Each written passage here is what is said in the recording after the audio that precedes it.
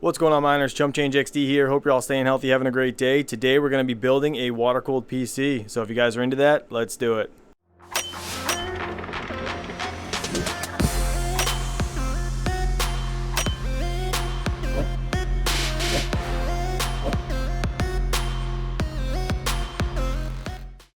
Alright, so here we are. We have all these fittings laid out. I just kind of organized everything to go over this stuff with you guys real quick, and then we will get to the initial build. So I have right here a couple quick disconnect fittings. There are two sets of those here and there. I actually am going to be putting those to isolate like the pump and the radiator from the rest of the PC. So that's going to be the plan there. Then we have a union fitting that I actually already used one of. I just wanted to have a spare. That is right here in between the two water blocks. That is something that you are going to need regardless, because any type of tubing or whatever is not really going to fit in between there. It's just too tight. Then we have a bunch of swiveled male 90s. These are all 1/4 inch fittings, by the way. I will try to leave a full parts list in the Amazon affiliate store if you guys are interested. I'll do my best there. I do have a EK Quantum Velocity water block. As you can see, I already have that water block on that CPU installed. If you guys need to know how to install a CPU, go check this video out. I will leave a link above. Then we also have the EK Quantum Kinetic pump, which is right here. This is a pump reservoir combo. Then as you guys know, I have the EK water blocks on my 3090s. If you've seen that video, I'll leave a link above there as well. I do have some EK soft tubing. This is like a matte black flexible tube. Then obviously all the fittings I already went over. We have an O-Cool 420 millimeter radiator with 140 millimeter Noctua fans. Super excited about those. They're 3,000 RPMs. Those things are supposed to be literally amazing. Then we do have this right here. This is a digital tester, which I highly recommend you guys test your equipment before you fill it with water, just to make sure there's no leaks. So I will show you guys how to do that in a little bit. But first, what I want to do here is get the radiator mounted right here. I also want to get the pump mounted right here. Once I do all that, I will show you guys, and then we will pipe this thing together. So let me do that. I need to grab this reservoir actual mounting bracket that I am going to mount on the PC case.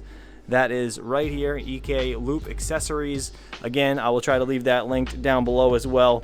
But let me do all this, and you guys will see that ready to go in just a second. All right, so what do you guys think? Radiator is installed along with the reservoir. Yeah, I mean, this mounted up pretty nice actually. So obviously you can see the case really ends here and it's kind of hanging over a bit, but I kind of wanted that so the direction of air would kind of go through the PC and not be, you know, just cut off or restricted by the actual PC case itself. So I took the middle and the bottom fan, I ran them over to the bottom of the board where it says like system fan 1 and 2 or 2 and 3, I think. And then I actually put the top one on the CPU fan. So I'm kind of wondering if that one will stay full speed all the time. If it does, then I might end up switching it down to the bottom or something along those lines. But now what I'm going to do is I want to test these GPUs. So these, you want to make sure they don't leak. Alright, so I'm going to show you guys how this test gauge works. This entire thing swivels, so you screw the bottom in to wherever you want to start the test. So I'm going to choose right here on the bottom of the GPU block. As you guys can see, I already put the middle piece in like I've said before. I actually did that just because I wanted it to be like stable and, you know, not kind of flex the GPUs inside the PCIe slots. I figured 2 would be better. And then what I'm going to do now is just take this ball valve right here and just screw it in the top, because that will block off the other side and then we won't have any issues. So that should hold any type of air that might escape. So what I'm going to do here is push the on button and hold it for a second till it turns on. Then I just pump it up to about 5 pounds and sit here and wait. So I'll give it, I don't know, a little bit of time, make sure it doesn't fall or anything along those lines. So if air can't make its way through this test, then obviously water's not going to be able to do that either. Alright, it seems like it's holding, so what I'm going to do is relieve the pressure on the top. Alright, so now that we're all tested up, my plan is to put a 90 right here going this way, and I'm going to have it tie into the right side of the radiator. Then this side of the radiator is going to go into the inlet of the pump. Then we're going to have the outlet of the pump forcing the water out into the right side of the CPU, outside the left side of the CPU, back into the GPUs, and that completes the loop. So let me get all the fittings somewhat mocked up, I guess, and then we'll start cutting tubing and installing. Alright, so that's pretty much it, I think. I have a 45 going up right here to the CPU. Then we have out of the CPU over to the actual pump, out of the pump again to the radiator at a 45, down again from the radiator to the bottom block. So I think that's it. Now I really just have to measure the tube and cut it. So yeah, let's do that. Alright, so this is the tubing right here that we're going to use. Again, like I said, it is super flexible, and I believe it's like 19 millimeter or something on the outside and like 13 or 14 on the inside. I actually honestly forget, but either way, we need to line up fitting to fitting and slice it. So on the top here, like I've mentioned before, I'm going to be using these quick disconnects, as you guys can see right here. This one's a female, this one's the male. They just push together and they lock. So it's a dual disconnect where you can pop it and no water will spill out of your system if you need to separate this half of the system. So that's my plan. I'm going to put this one here, and the other one I'm going to put probably right around here somewhere. These are the cutters I'm going to be using. They're just ratcheting like PVC cutters. You can get these at Home Depot, a couple bucks, really not too expensive. And I actually have some small pieces of hose that I already used to test the first water block that we did when I first water blocked that, because I was nervous to actually do that in the beginning. So now, again, I want to put this female and male together. I want to make sure it's all locked in place. Then what I would like to do is try to figure out what the halfway point is here.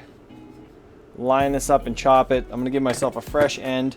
I'm just going to use the small pieces that I have already, because there's no point to you know, waste more tubing than I need to. So personally, what I would do is just take off these rings for you guys.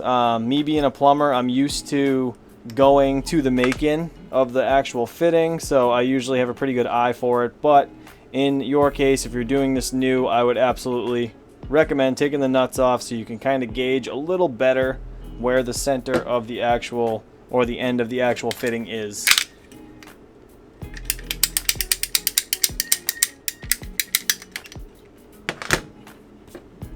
Alright, so now we're going to put a nut on one side. I'm going to take the other nut and put it on the other side. You want to make sure the rubber goes all the way in. Then the nut pushes and twists. Okay, just kind of get it hand tight for now. And then this one, same thing. Push it all the way onto the 90 and tighten it. You don't want to cross thread it, so take your time. And this PC doesn't have any feet on it, which is why it's moving a little bit back and forth, because it is a wall hung PC, just so you guys know. Alright, so we got that first piece connected with the quick connect, which is amazing. So now I got to get a piece in here. This one's going to be the hardest. So we're going to put the nuts on each side again. Now, what I like to do is twist both fittings out to the side. You're going to get one pushed and buried all the way. And then the next one, you're going to have to roll it into the fitting, which makes it super easy to actually get together. Okay. And that's it. Pretty mint, not gonna lie, looks great. All right, so now I think at this point what I'm gonna do is test it. I'm gonna put a cap on this side over here just for the time being to see if this holds pressure. All right, so I have the tester rigged up. If we push it a couple times, so right now I have it on 5 psi. I don't know if this is too much to test it at, but it's at bar 3.1 or 0.31. So I did have a slight weeper right here. This fitting wasn't tightened enough, so I had to loosen this nut, retighten that, and then tighten that nut back up. And now again, it is just holding at bar 0.31. So that's good. I'm gonna leave it here for a couple minutes. I just want to make sure that there's no slow leaks, obviously preventing anything bad from happening when I fill it up. And all I did was take this ball valve and I put that back in place once I get this entire thing kind of hooked up and ready to go. Now that I know the reservoir and the GPUs are good, I'm really less worried about these small fittings right here and, you know, the one connection down here. So no big deal. This ball valve is going to have to go on the bottom of the radiator, and then we're going to have to pump it up one more time to test everything from that ball valve, and then we'll be able to fill it up. Alright, so I decided to jump forward and complete piping this entire thing. So this is the last part I had to tie in right here up to the radiator, and then the radiator to the pump. As you guys can see, the only thing that really bothers me is this, that's flexible. I would like it to be a hard 45, but is what it is. As you can see, it's on a wall mounted bracket and she's in place. So obviously I need to get this thing pushed back into the wall a little bit, but we need to fill it up and obviously test it. So I ran the last loop leg up here to the top of the radiator, from the left side of the radiator to the actual pump, and then yeah, we got the ball valve on the bottom here, and we have this at 35 bars, or 0.35 it says. So I've had this on test for a few minutes. I think we're good to shut that off. I know it's not going to leak, which is good. Point of attack here is going to be taking out this 24 pin and putting a dummy plug on it, so I can power cycle the actual PSU to turn the pump on and get the water moving around. I think that's probably the best bet. That's what I'm going to do. I'm not going to power up the GPUs. I'm just going to turn the power on to the actual PSU to get that fired up. This is something you would use if you're going to power a PSU for like a second half of a rig that you already have powered to the motherboard. Alright, so we have some EK Cryo Fuel, which is a Mystic Fog premix, it says. This is a RGB reactive liquid, I guess. So the RGB on the front plate and the back plate will more or less glow through this liquid a lot better than it will anything else. The actual EK pump and reservoir, along with the EK water block, is also RGB. So what I'm gonna do is fill this to the top. Gonna put the lid back on. Gonna cycle it.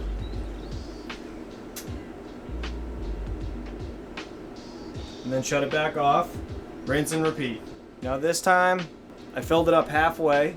Alright, so I'm gonna fire this up and I'm gonna fill it up as it's going.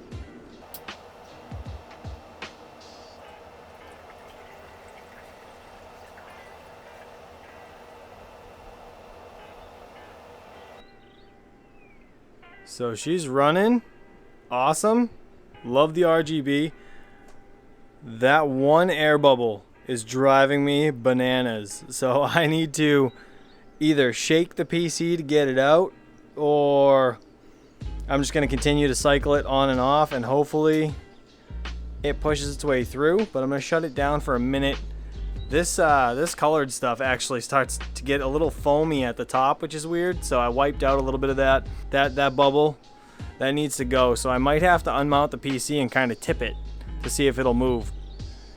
Alright, moment of truth. I just slung all the 6 pins here. I'm not going to cable manage anything because I actually have some custom cables coming in from the veteran miner. If you guys don't know who he is, go check him out. He's a new YouTuber creating his own cables. It's pretty mint. So I'll have those shortly. That's why I'm just going to not cable manage these. On top of that, I want to make sure nothing's leaking. This quick disconnect actually was dripping a tiny bit, so I popped it apart, wiped it all down, popped it back together, and it's been fine since, but it still makes me a little nervous. So I'm just going to leave a clear path to the floor so I could see it hitting the floor if it does leak.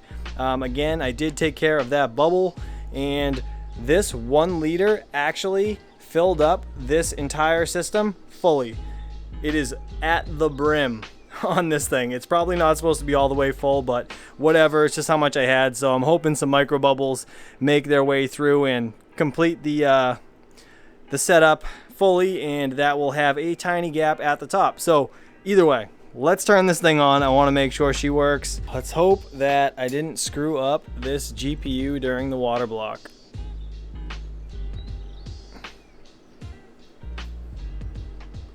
Fans are spinning on the radiator. Wow, this thing is amazing looking. Come on, post. Yes. Alright, so it looks like all of the micro bubbles are out of this system. As you can see, there was actually a bubble up here at one point, and that's gone. Pretty much all of the bubbles came out of this thing, and you can see there's now some space at the top where I actually put this little vent tube or whatever that comes with it. That's so you can fill it easily with one of those squirt bottles. It's got like a long neck.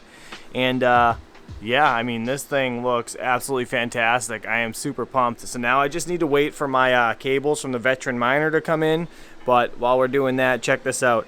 I was able to push the memory, so each one of these cards are getting 125 mega hash. I might try to push it a little more just to see.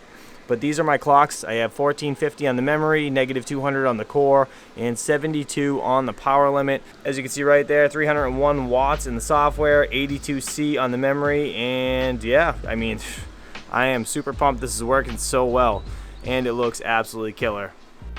Alright, so the last and final part for this PC has arrived.